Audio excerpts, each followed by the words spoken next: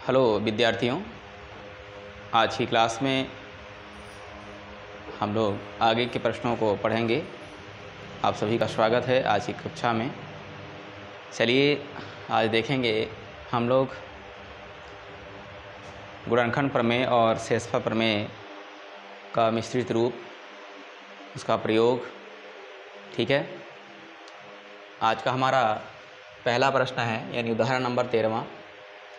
प्रश्न इस प्रकार से है, क्या x-2 बहुपद px x की घात 3 minus 3x square plus 4x minus 4 का एक गुणनखंड है। जैसा कि मैंने पहले ही बताया था कुछ एग्जाम्पल लेकर कि ये पद इसका तभी गुणनखंड हो सकता है जब इस पद को आप 0 मानिए, x का वैल्यू निकालिए और उस x के वैल्यू को इस पूरे पे रखिए। अगर यहाँ पर रखने पर वैल्यू 0 आता है तभी ये इसका गुणनखंड कहा जाएगा। तो आइए चेक करते हैं। सवाल यही पूछ रहा है कि क्या x-2 बहुपद इतने का एक गुणनखंड है। चलिए शुरू करते हैं। सबसे पहले दिया है, लिख देंगे px बराबर ये मान दे देंगे, लिख देंगे यहाँ का जो है मान। ठीक है, इसके बाद माना करके इसको gx मान लेते हैं। अब इसमें देखिए, ज़रूरी नहीं है कि ये हमारा भाजक ही हो, भाजक या भागफल भी हो सकता है, क्योंकि भाजक और भागफल दोनों ही गुणनखंड इसके होते हैं, दोनों गुणा करने के बाद ही आता है। अगर भाजक होगा ये हमारा तो भागफल आएगा इसका अगला पार्ट गुणनखंड का। ठीक है, यदि भागफल होगा ये तो भाजक अगला पार्ट होगा इसका गुणनखंड, है ना। तो इसका ही ये गुणनखंड है। इसको पता करने के लिए सबसे पहले क्या करेंगे, इतना लिखने के बाद यहाँ पे माना करके लिख देंगे gx बराबर x-2। इसके बाद ये gx बराबर 0 रखेंगे। ठीक है, क्या रखेंगे, ऐसे थोड़ा सा लिख सकते हैं कि x-2 को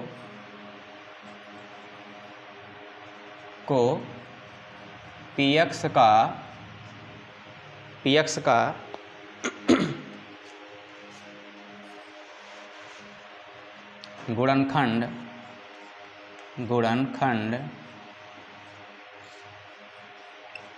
गुणनखंड होने के लिए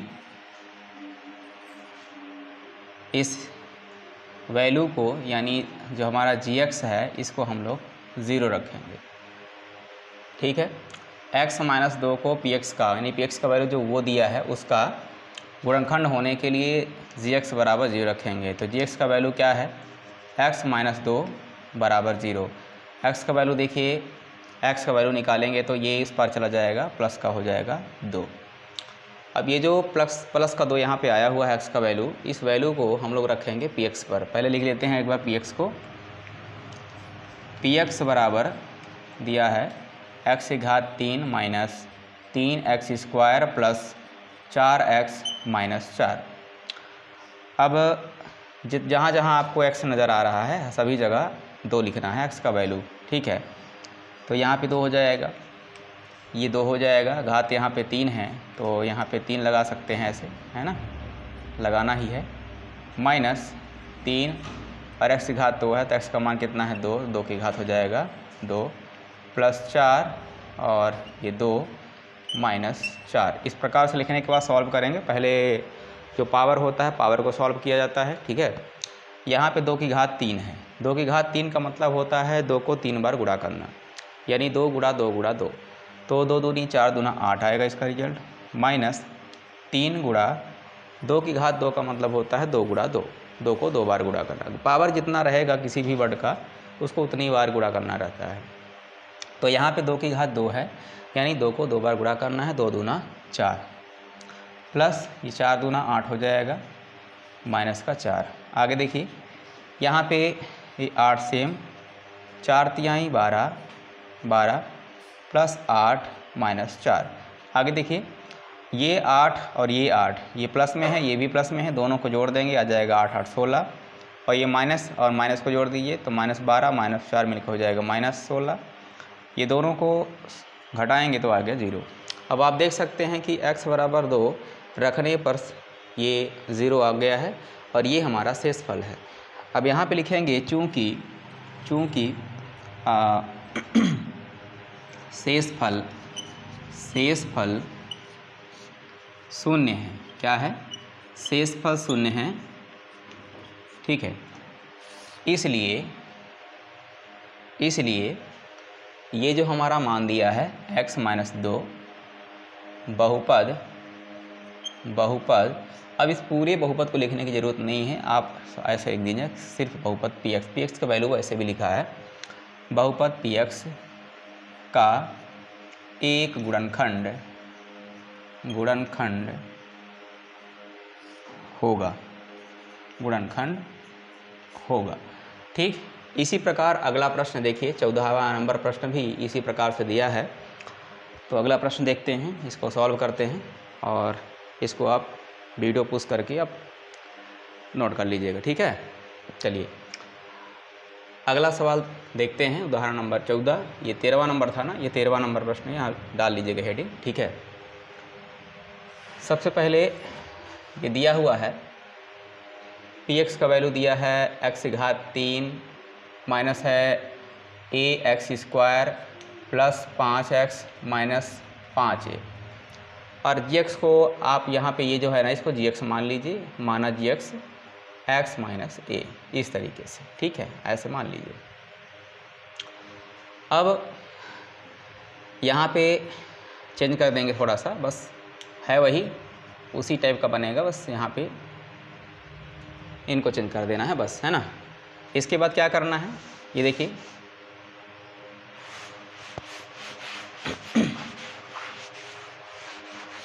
चलिए gx बराबर 0 रखना है। gx का वैल्यू x माइनस a है, यानी x माइनस a को आप 0 रखो तो x का वैल्यू निकल के आएगा a। अब इस x के वैल्यू को रखना है कहाँ पे? px पर। तो पहले px के मान को लिख देते हैं, चूँकि px बराबर होगा x³ माइनस ax² प्लस का 5x माइनस 5a। इसके बाद अब रखेंगे मान, देखिए यहाँ 0 नहीं, ध्यान देंगे a है ना, a है। यहाँ पे x के स्थान पे ये जितने भी x दिख रहे हैं सभी के स्थान पे a लिखना है, तो यहाँ a आ जाएगा, यहाँ भी आ जाएगा a, पावर होगा 3 माइनस a, और x पावर 2 है तो यहाँ a का पावर हो जाएगा कितना, 2 प्लस 5 a है, a का स्थान पे a लिखेंगे, माइनस हो जाएगा 5a। आगे देखिए, a की घात 3 है, a को 3 बार गुणा करोगे तो a की घात 3 ही होगा, आप गुणा करके देख लेंगे, ठीक है। माइनस यहाँ पे a की घात 1 है, a की घात यहाँ पे 2 है, इसका गुणा करेंगे, एक बार चाहो तो आप कर सकते हो इस प्रकार से, या तो डायरेक्ट कर सकते हो। a की घात यहाँ पे 1 है और a की घात यहाँ 2 है, दोनों गुणा करेंगे तो आ जाएगा a की घात 3, ये भी आ जाएगा। और आगे देखिए 5 और a का गुणा करेंगे, आ जाएगा 5a, और माइनस जो आगे लिखा है 5a, जो का त्यों रहेगा। ये देखिए घट जा रहा है दोनों, ये भी घट जा रहा है, पूरा कटने के बाद 0 आया, यानी शेषफल हमारा कितना आ गया है। शेषफल देखिए अतः करके लिख सकते हैं, ऐसे लिखेंगे, चूँकि शेषफल बराबर 0 है। क्या है? शेषफल हमारा 0 है, अतः यहाँ पे चेंज कर देंगे इसको, x माइनस a बहुपद px का एक गुणनखंड होगा, मतलब x माइनस a बहुपद ये पूरा जो लिखा है इसका एक गुणनखंड होगा। आई होप आपके समझ में आ रहा होगा किस तरीके से इन सवालों को हल करना है, ठीक है। आगे देखते हैं, एक और सवाल देखते हैं, है ना। 15वां नंबर प्रश्न देखिए, 15वां नंबर प्रश्न थोड़ा सा इसमें भिन्नता रखता है, इन दोनों की अपेक्षा अलग थोड़ा सा है। देखिए, यदि x माइनस a px है x² plus x plus k का एक गुणनखंड, इसमें कह देता है, कहता है श्योर कि ये इसका ही गुणनखंड है, ये इसका ही गुणनखंड है। इसका मतलब ये हुआ कि px बराबर हमारा 0 है, px बराबर हमारा 0 है। भाई शेषफल जो है, मतलब यहाँ पे जो मान रखेंगे इसका मान निकाल के देखिए कैसे, एक बार मैं लिख दे रहा हूँ यहाँ पे,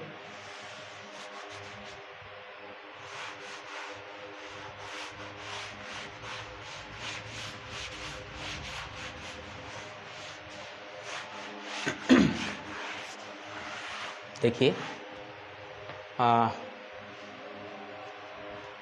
सबसे पहले पी एक्स बराबर लिख लेंगे। पी एक्स बराबर दिया है मान x square plus x plus के, और मान लेते हैं इसको x माइनस 1। ठीक, सबसे पहले क्या करेंगे, यहाँ पे तो लिखेंगे x,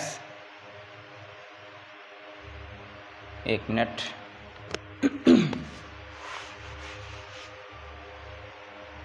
ऐसे लिखेंगे चूँकि x माइनस 1 px का एक गुणनखंड है, लिखा है सब, है ना, इसको याद करने की जरूरत नहीं है। x माइनस 1 इस px का एक क्या है, गुणनखंड है, एक गुणनखंड है। इसलिए सबसे पहले क्या करेंगे, पी एक्स एक्स माइनस 1 बराबर तो 0 लिखते ही हैं, यानी जी एक्स बराबर 0 तो रखेंगे ही, और साथ ही साथ अपने को क्या करना है, के का मान निकालना है। ठीक है, तो यहाँ पे क्या कहता है कि पी एक्स का एक गुणनखंड है हमारा x माइनस 1, s माइनस 1 जो है पी एक्स का गुणनखंड है। इसका मतलब कि इसका जो मान निकलेगा, x का मान इसके द्वारा 0 रखने पर जो मान निकलेगा, उस मान को यहाँ पे रखने पर 0 है। मतलब देखो ऐसे x माइनस, पहले तो इसको लिख देंगे जी एक्स बराबर 0, तो जी एक्स का मान कितना है, x माइनस 1 बराबर 0, तो x बराबर हो जाएगा 1। अब यहाँ पे पी एक्स बराबर मान दिया हुआ है, पी एक्स बराबर मान दिया हुआ है, यहाँ पे इसी पे डायरेक्ट रख दे रहे हैं। यहाँ पे देखिए, यहाँ क्या लिखेंगे, पी एक्स बराबर ये दिया है, तो पी एक्स के स्थान पर एक्स का मान लिखेंगे 1। पी 1 बराबर 0 होना चाहिए, क्या होना चाहिए, पी 1 बराबर 0 होना चाहिए, है ना भाई। x minus 1 P x minus 1 इसका पी एक्स का गुणनखंड है, मतलब इसके ये क्या है, 0, इसका मान 0 है, शेषफल शून्य होगा तभी तो उस नाते अपन क्या करेंगे, इसको कुछ ऐसे लिखेंगे, देखो पी एक्स बराबर भी 0, किस कंडीशन पर, x के स्थान 1 रखने पर। तो यहाँ पे अब क्या करेंगे हम लोग, इसका मान लिखेंगे, इसका मान कितना है, देखिए पी एक्स बराबर ये पूरा है, यहाँ लिखेंगे एक्स स्क्वायर प्लस का x प्लस के, ये के है, बराबर 0। अब यहाँ पे x के स्थान पर x का मान रखेंगे, 1 स्क्वायर करिए प्लस 1 प्लस के बराबर का 0। 1 का स्क्वायर करेंगे 1 आएगा, ये 1 होगा प्लस के होगा बराबर 0। ये दोनों जुड़ जाएंगे, आ जाएगा 2 प्लस के बराबर 0।